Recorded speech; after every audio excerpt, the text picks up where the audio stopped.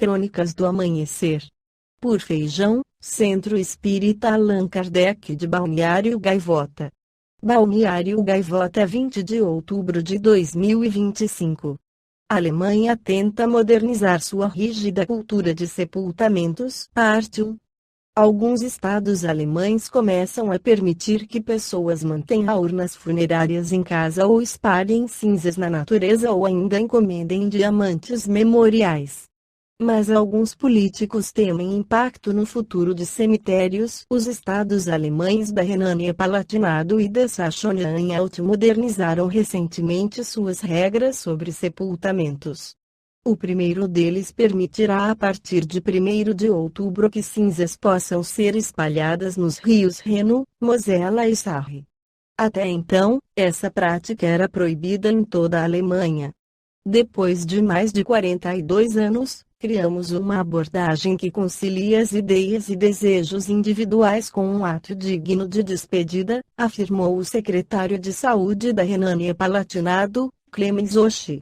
Aprovada pelo governo estadual formado pelo Partido Social Democrata, SPD, Verdes e Partido Liberal Democrático, FDP, a nova legislação da Renânia-Palatinado também completa a possibilidade de manter em casa a urna com as cinzas do ente querido, outra inovação, ou espalhá-las pelo jardim. A Renânia-Palatinado e da Saxônia-Anhalt também permitiram a criação de diamantes memoriais a partir de cinzas. Esses diamantes sintéticos são produzidos em altas temperaturas a partir do carbono extraído das cinzas. Esse processo foi introduzido na Suíça há 2 décadas e vem ganhando popularidade nos últimos anos. A mudança, porém, não agradou a oposição conservadora da Renânia-Palatinado. Deputados estaduais da União Democrata Cristã, DU, alegam que a modernização pode causar a extinção de cemitérios. O secretário Oschi chegou a ser chamado de coveiro por um deputado rival durante o debate na Assembleia Legislativa. Também houve críticas das igrejas cristãs. O bispo católico de Mainz, Peter Kohlgraf, disse numa entrevista à emissora pública ZDF que ninguém saberia realmente o que acontece com os restos mortais guardados em casa. Detesto pensar em urnas esquecidas numa mudança ou em joias feitas de cinzas perdidas, pontuou Dorothee Ust, presidente da Igreja Luterana no Palatinado. Leis funerárias ultrapassadas. A Associação Alemã de Agências Funerárias, BDB, na sigla em alemão, que representa 90% das cerca de 5.000 empresas do setor, vem lutando por mudanças na legislação. Para o secretário-geral da associação, Stefan Neuser, as novas leis estaduais consagram a vontade da população. Neuser contou que frequentemente parentes enlutados expressavam para as empresas da associação o desejo de manter urnas funerárias em casa ou de criar uma joia com as cinzas do ente querido para guardar de lembrança. A cultura funerária que temos na Alemanha mudou muito nos últimos anos.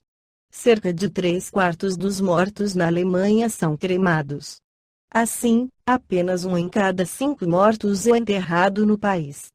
Com as urnas ocupando um espaço bem menor, contratos de locação de terreno de apenas 10 anos e custos de manutenção cada vez maiores, os cemitérios estão desaparecendo em todo o país. Nos cemitérios de Berlim, por exemplo, uma área equivalente a 476 campos de futebol está atualmente vazia, segundo um relatório de 2024 da Universidade Técnica da capital alemã. Allan Kardec, em O Livro dos Espíritos, esclarece sobre a situação da alma após a morte nas questões 163.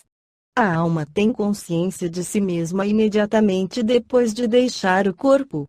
Imediatamente não é bem o termo. A alma passa algum tempo em estado de perturbação. 164. A perturbação que se segue à separação da alma e do corpo é do mesmo grau e da mesma duração para todos os espíritos? Não, depende da elevação de cada um.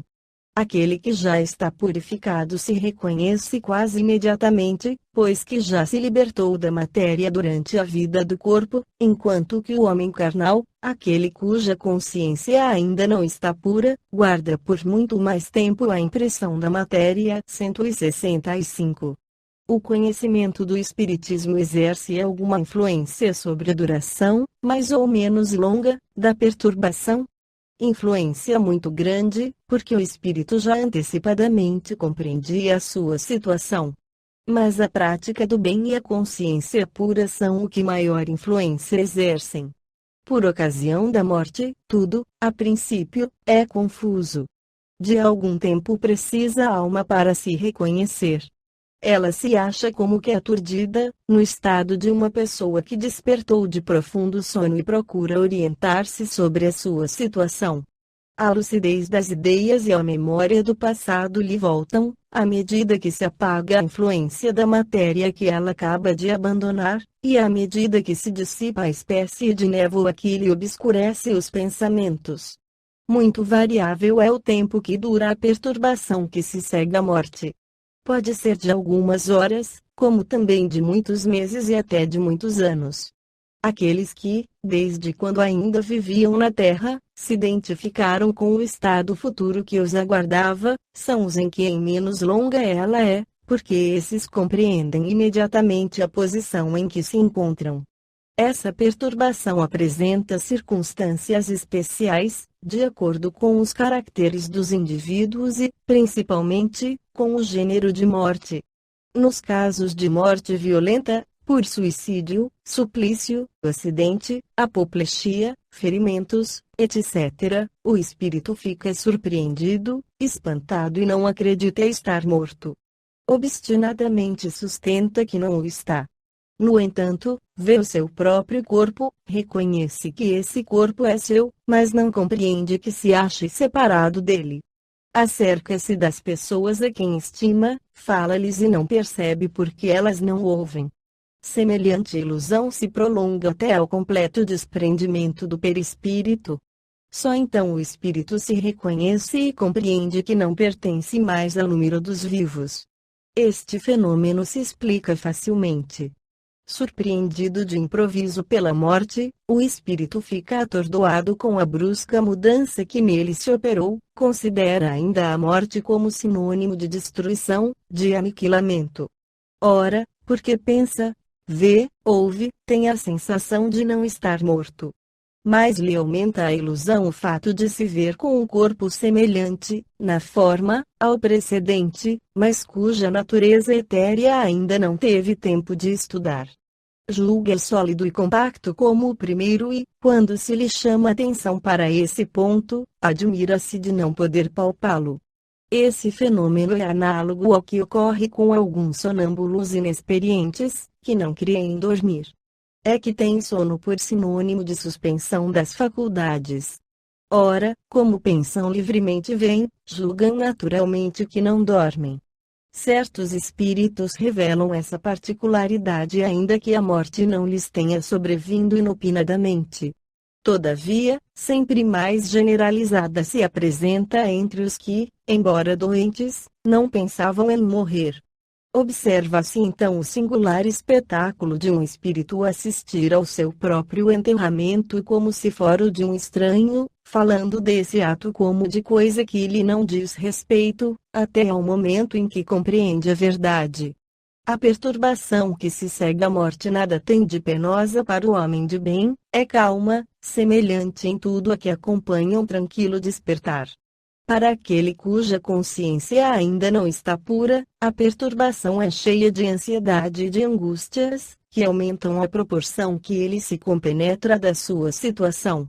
Nos casos de morte coletiva, tem sido observado que os que perecem ao mesmo tempo nem sempre se revêem imediatamente.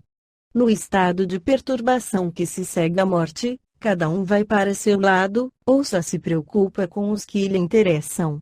Na morte natural, a perturbação começa antes da cessação da vida orgânica, perdendo o espírito toda consciência de si no momento da morte. Segue-se daí que ele jamais testemunha o último suspiro. As convulsões da agonia são efeitos nervosos que quase nunca afetam. Dizemos quase, porque em certos casos tais sofrimentos lhe podem ser impostos como expiação. Esta foi a crônica do amanhecer de 20 de outubro de 2025. Por Alfredo Feijão Lopes.